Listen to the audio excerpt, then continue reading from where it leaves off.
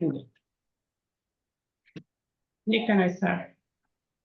Okay, let me share.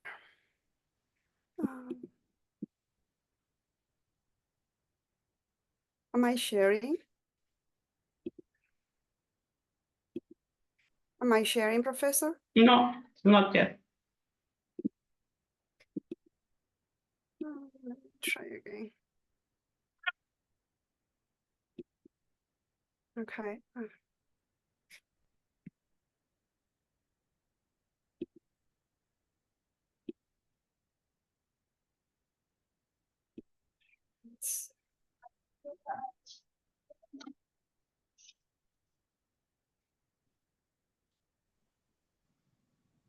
Am I able to share something now? Can you say something, Professor? Anything. You can't see anything? Anything.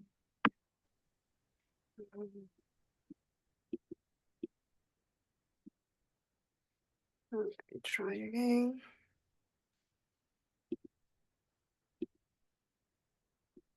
Maybe can I start somebody so I don't take your time because I'm having trouble, I think, sharing. Can I try, Professor? Okay. Yeah. Second. Yeah. Can you see my presentation, Professor?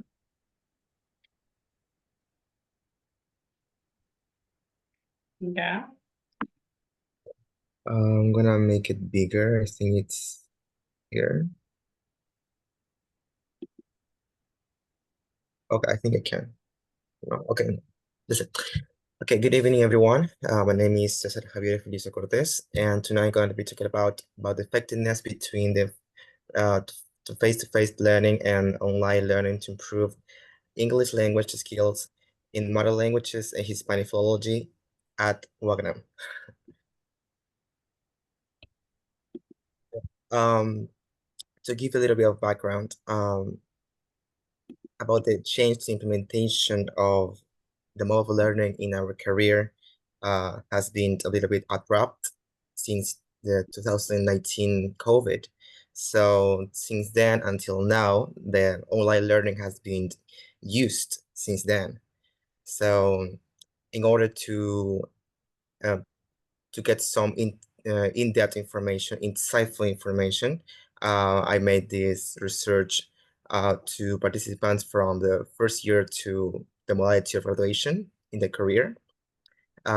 This survey revealed valuable insight into students' perceptions, experiences to enhance the English language skills, more specifically in that area. About objectives and hypotheses. The general objective is to compare, obviously, the effectiveness between both, but more specifically is to analyze the impact of face-to-face and online learning on the development of English linguistic skills in the second language, the interaction, accessibility, and participation through the implementation of surveys with the students of mother languages, Hispanic philology. Now, the reason why I made this research, the justification, is because I consider that the significant impact of the COVID-19 pandemic was something very punctual to take into account, because we weren't used to this new way of learning. Maybe some of the countries or the people, maybe they were, but here in Bolivia, in our career, we were not. So that's why it was my first thought to take into account to justify why I'm researching this. Also, not only to maybe some wrong concepts people might think about, okay, face-to-face learning is better, but how? In what extent? That's why, as it says here, that it's essential to investigate because you can get more information in a more detailed manner, identify the strengths and weaknesses of each one. And also in this way, you can get some valuable insight according to how can each of them can be more effective according to development of the English language skills, more specifically. My research hypothesis is students in the career in the university, it's a long name, sorry, who had experience having classes in face-to-face and online learning perceived effectiveness to improve English language skills in both mode of learning by implementing blended learning approach with the help of hybrid classes. So that was my hypothesis. According to research methodology, I use both a mixed research approach, which is the quantitative and the qualitative data. It was a little bit exhausting, but it was worth it. According to the quantitative analysis about how can I get the percentage average, I used the as I couldn't use the SPPS, I used the well form. In that way, I also got the percentage, how many people solve and answered my questions in different ways. So it was useful.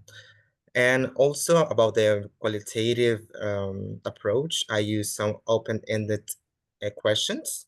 So can I get more insightful insight information, not only quantitative. Okay.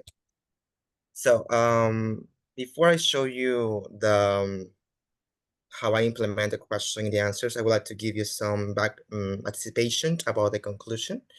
The analysis results between face-to-face and online learning I made in 3 different items: face-to-face, both equally, and online. So we don't have like just one side, just maybe trying to find out one side, both sides situation maybe.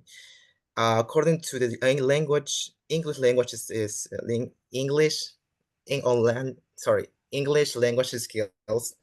According to the speaking skill in face-to-face, 70% of participants prefer to improve the speaking in face-to-face classes learning.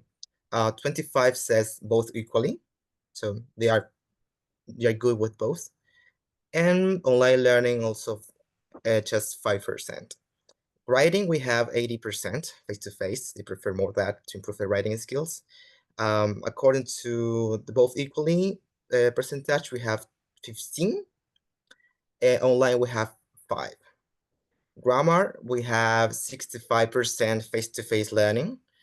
Both equally, we have 20. Online, we have 15. The listening, we have 45%. Both equally, we have 35. Online, 15. And reading, 70. Both equally, 25. And online, 5%. As you can see here, is obviously how the impact of the online learning has on the participants, on the students in the career. But I would like to, you can take a look at this graph here. Even though that they prefer more the face-to-face learning, at the end of the survey, this question here caught my attention. It says, would you prefer a combination of face-to-face and online learning for improving your English skills in the future? So we have here, I don't know why I cannot zoom it. I think I can hear. Okay, a little bit here. Yeah. So the response I got in the survey is that something interesting that caught my attention is this little bit 35% you can see in the color yellow and blue. We have, yes, 35% of the respondents says that they would like, they prefer face-to-face only. Yeah, they don't like the combination. But other 35% says yes, they would like the mixed, mode of learning. But 25% says somewhat. And we have a little bit of, here is 5% of I prefer only online learning. what it's in conclusion about this part here is, even though the respondents state that the face-to-face learning was a better solution to improve their English language skills, they, at the end of the survey, preferred a combination of both, 35%, and all those in the other percent is the face-to-face. Something that caught my attention in that part. We have some graphs about the question I made in the survey. We have questions very general about starting for experiences they had between both model learning. We have here 60% says that it was a satisfactory experience to have face-to-face classes, but we have here a neutral experience from online learning. So it was interesting, that part. I have a lot of graphs here, but I would like to emphasize that each questions were selected in a very strategical way, because they don't want to get the ideas very in every way. So we start here with the question about starting with experience, about face-to-face and learning, online learning. We have also about more specific questions about in which area of the English language skills they think is better and how to improve their skills. We have here speaking. Inoska, turn on your phone, please. Sorry. Okay, we have here the speaking, writing. We have here understanding the English grammar concepts.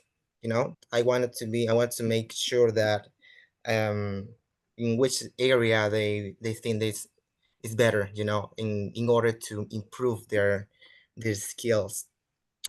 Also, as I said before, we have here some qualitative questions and data information. This is something that also I think is very interesting, because I got a lot of different perspectives. Some of them were very similar, but for example, here we have what are the key benefits for face-to-face learning for improving your English language skills. We have it's more interactive, dynamic. You can also get some feedback, eye contact, and maintaining the student focus. And that is something that maybe we lack in online learning, because maybe we turn off the camera, we don't have a better internet connection. So it's something that we already know. But here I wanted to show you here. We have here also how can they describe the experiences between both modes of learning? They describe in a very specific way. For example, here, some of them just answer the question very concise, direct, but the other one were like very descriptive, and I like that. We have here some of the key findings I found on the research, that it says here the face-to-face is better for boosting speaking skills and confidence if we have to compare with the online learning. So they feel that there's more improvement in the face-to-face learning, according to how to improve the speaking skills and got confidence also. And not something, the very last thing I'm going to describe here is the very important role of the online learning. Online learning, the respondent says that it's a very good resource, and we can improve our use of the technological resources. For example, we have here the use of quizzes, because they are fun and interactive. Yeah. Also, we can use them in both mode of learning, but in some way they says that in online English classes, what they helped them, it was the dynamic, interactive, technological platforms. Yes, I can talk a lot of minutes, but I would like to conclude with this here. I didn't get my conclusion, sorry. Is okay, just interpret what I have here is that I couldn't like possibly proved my hypothesis in a very slightly way, let's say, because my hypothesis was to perceive both mode of learning as efficient one way or another, but by implementing the hybrid classes. But according to response, I didn't get that. They didn't mention anything about the hybrid classes, but they are comfortable in the future to use both in a very manageable way. Okay, That's all. thank you. Thank you very much. Your topic is very interesting. Okay, thank you. I think we are going to use in the career. Thank you. Okay, Thank you. Can I try now, Professor? Okay, Amalia. Let me see. Share screen. I already did my presentation, Professor. Yes. Okay.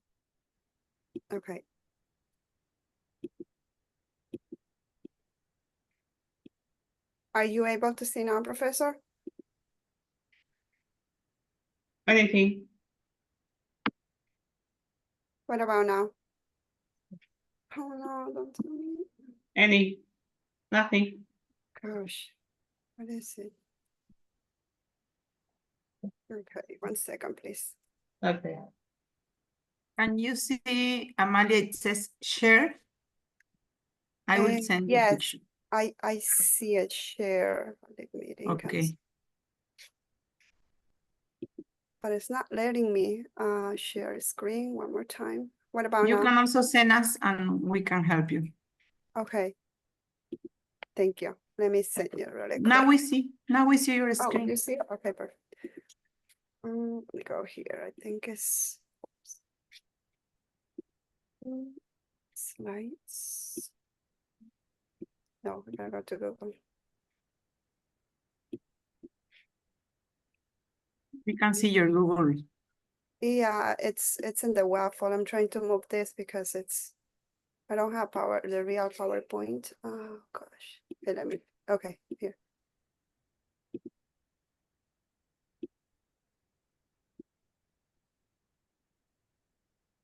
Yes.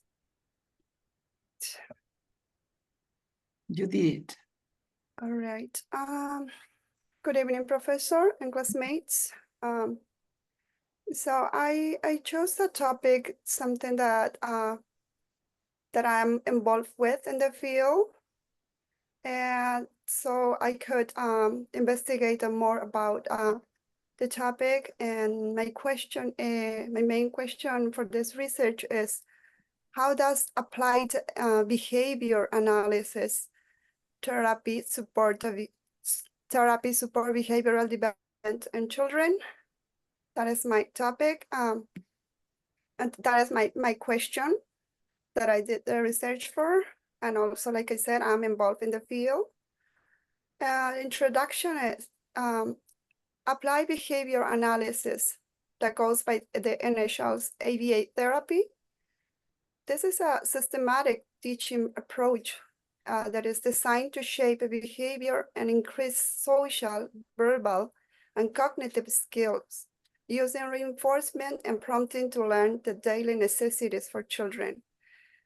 This therapy usually mostly works, not mostly, I would say it works for those children who are diagnosed on spectrum.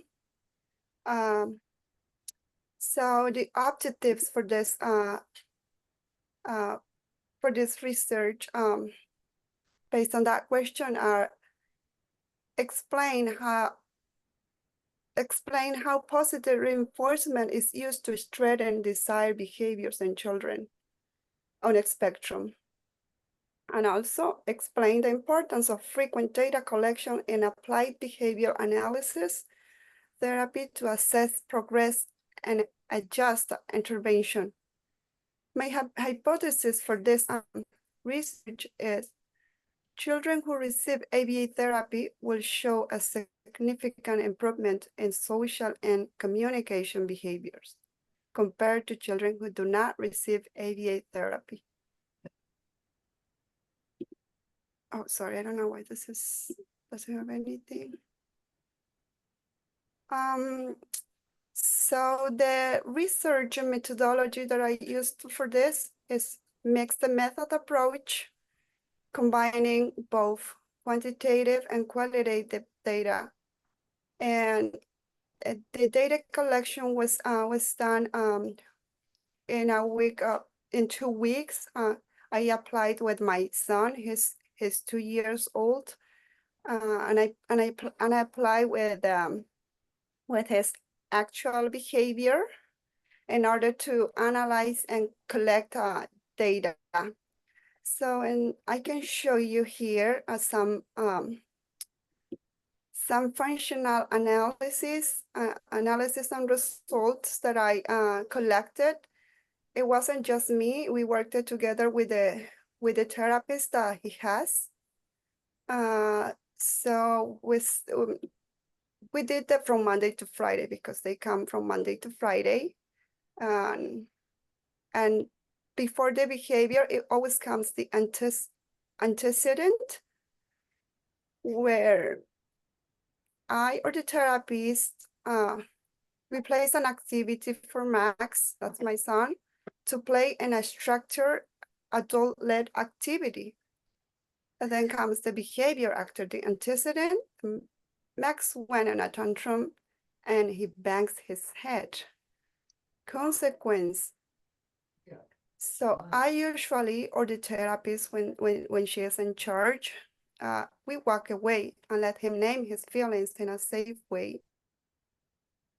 What results we want to get from that? The possible function could be self-regulation for him, so he can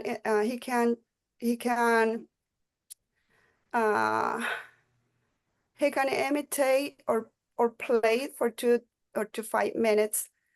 It's mostly self-regulation and follow directions. I could read all of them, but I know there's not enough time. So I did, so we collected and different actions from him. With this, I don't want to say my child is misbehaving. He's just a regular 2 years old, a toddler, but obviously he has a condition, and we just want to help him. That is something that I'm grateful for here in this country, because there are a lot of options where you can actually not prevent. There's no cure, of course, but you could treat with ABA and improve his behavior. It's actually amazing. He well behaves. We are just trying to avoid if in the future his behavior changes as he grows. So here's all the data that we collected, and from that, the possible outcomes that we saw from the 2-week period. This is a long process. It doesn't take only 2 weeks, but we only observed him within 2 weeks. So what we noticed that he struggles more with following directions. And so this is the outcome that we will need, obviously, to improve, to work more. And social skills, self-regulation, also they are, he also struggles a bit. and of course he has some sensory needs like with the nutritional texture and stuff like that. The variables, so I have the independent variable. It's a variable. Therapists use reinforcement, and the dependent variable is to increase on task behavior. That means if the reinforcement or the encouragement is effectively working or is increasing on task behavior, that means the functional relationship with the intervention is responding, it's being successful. So next one. Sorry, I didn't finish my conclusion. But in conclusion, what I found out as it has been a long process, it's the ABA therapy is the only therapy that works for children on the spectrum. It is proved, and it's a long process to follow, and my responsibility as a parent in this case is to observe, analyze, and study him, and apply all the strategies that the therapists are suggesting. So my hypothesis with this, it is confirmed because I see a lot of improvement with him with all the instructions that he is being given or being helped with. Yeah, it's I don't have the final results yet on this, but it's like I said, it's a process. Thank you. Okay. Thank you. That's an interesting topic for us. Who's next?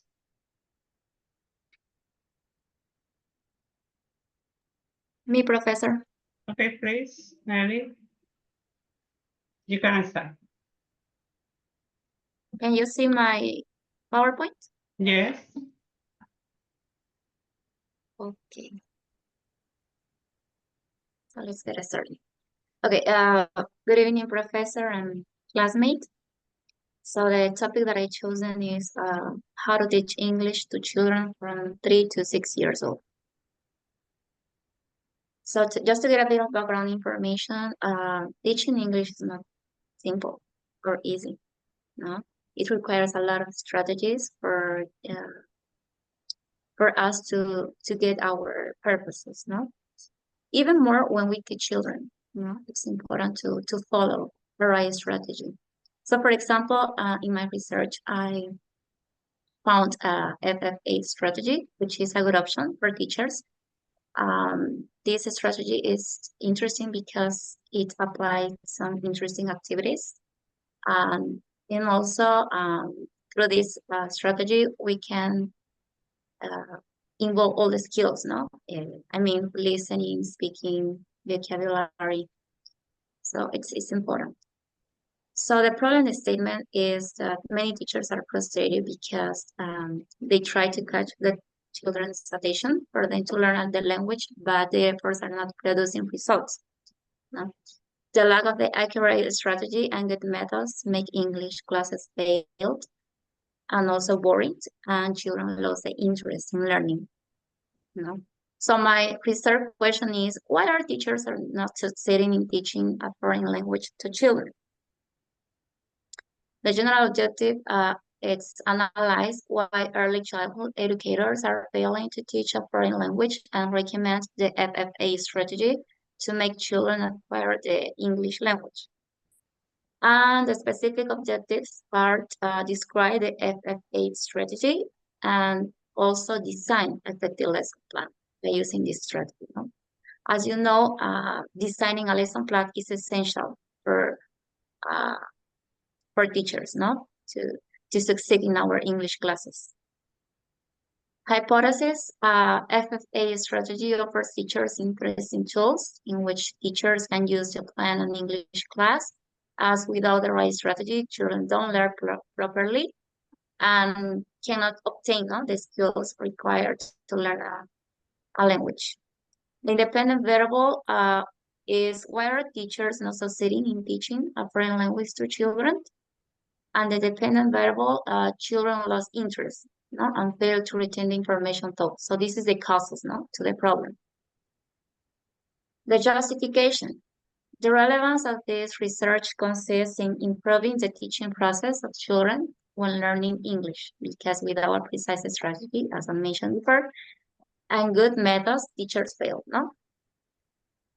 The research methodology, the research is quantitative, I use Excel, and I focus on the statistics, The methodological design is experimental, and the data collection techniques is a survey, So the survey is structured by 5 closed questions the English teacher were asked, and the survey was online. Analysis of results, preliminary findings reveal that most of the children education teachers don't use a specific strategy to teach kids. So it means that they improvise in their English classes, as well as having difficulties when teaching children. So here we are, for example, the questions that I use in my survey. So I use 5 closed questions. The first one is, what is your biggest problem when teaching children in your English class? The second one, do you use a specific strategy to teach kids? The third one, do you make a lesson plan when teaching children? And the next one, do you believe that the strategy you are using is giving you results in teaching your students? And the last one, what skills do you have the hardest time developing in your students? So on the top of this question, you can see the options, In the first one, for example, we have the 4 options. The first one, lack of attention, motivation, participation, and learning. In the second one, we have 2 options, yes or not. And the third one, the same, The same in the next question, yes or not. And in the last one, we have also 4 options, speaking, listening, grammar, and vocabulary. So here you are, the frequency, the graphics also. The question is, what's your biggest problem? And also you can see here that 50% of the survey respondents says that the biggest problem for them is the lack of attention, The 10% said motivation, the 20% said participation, and the other 20% said that learning is the biggest problem when they teach English to kids. This is another graphic. Second question, do you use a specific strategy to teach kids? And the 70% said no, they don't use specific strategy. And the 30% said yes. Next question, do you make a lesson plan with teaching children? The 50% said yes, and the other one says no. Next one, okay. Do you believe, okay, I didn't say that. Okay, do you believe that the strategy you are using is giving you results in your teaching your students? The 70% said no, and the 30% said yes. And the last one, what skills do you have the hardest time developing in your students? The 5% of the survey respondents says speaking. The 20% said listening. The 10% said grammar, and the 30% said vocabulary. So in conclusion, we can say that teachers must apply a right strategy. And FF8 strategy is an excellent option for teachers to achieve our goals. Without this method and techniques, it's difficult to improve the children's learning. As I said before, children requires more attention, more. They have different needs. It's not the same as adults. So it's important for teachers to apply specific strategies. So that's it, Professor. Thank you very much, Maite. Who's next? Me, professor. Please. Try to do in 4 minutes, please. Okay. I will try. Can you see my screen? Not yet. It's loading. No. Yeah. Now? Yes. We can see you. Okay. Good evening, professor and everyone. Today, I will share my research project titled The Issue of Limited Vocabulary on Speaking Skills. This research explores how limited vocabulary affects speaking skills in Spanish-speaking ESL learners. This topic is close to my heart because speaking fluently is such a vital part of language learner, and also is one of the most common struggles that students face when they are learning a second language. So let's start with a bit of context.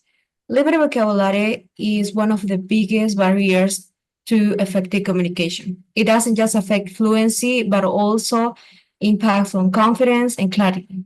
No? So my general objective for this research was to explore the effects of vocabulary limitations on speaking skills and to find meaningful ways to address it. Moving to the objectives, this research was based or guided by 3 objectives. The first one is to examine or to understand how the limited vocabulary impacts on speaking skills. The second is to identify the specific challenges faced by learners. And the third one is to propose practical strategies for vocabulary improvement. So now let's talk about the methodology and how I approach this study. I use a quantitative method, collecting data through a survey, and I work with 12 Spanish-speaking ESL learners at an intermediate level. In the survey, I include 10 questions, like a Likert scale questions that were designed to measure how often vocabulary limitations interferes in speaking skills. After getting all the answers from the surveys, I analyze the data using Excel software to uncover patterns, and frequencies. No, so these allow me to focus on clear and measurable outcomes. So let's start. Let's see the findings of my research. In the descriptive statistics, as you can see here, there is a chart and also the graph, where you can see that varying degrees of vocabulary related to challenges. It shows that the mean scores range from 2.58 to 3.17 on a 5-point Likert scale. So this indicates that the most of the participants or learners reported experiencing this challenge between sometimes and often. Also, the standard deviation was analyzed here in my research, and the results are the values ranging from 0.67 to 1.51. So the standard deviation varies in the questions. For example, in questions related with frustration, the standard deviation is higher, no? And also we can see that here in the interpretation of the frequency, also it shows that limited vocabulary affects speaking skills, causing pauses, frustration, and also reliance on translation apps. This analysis shows that the 23% of learners often face challenges, 21% sometimes experience difficulties, and 15%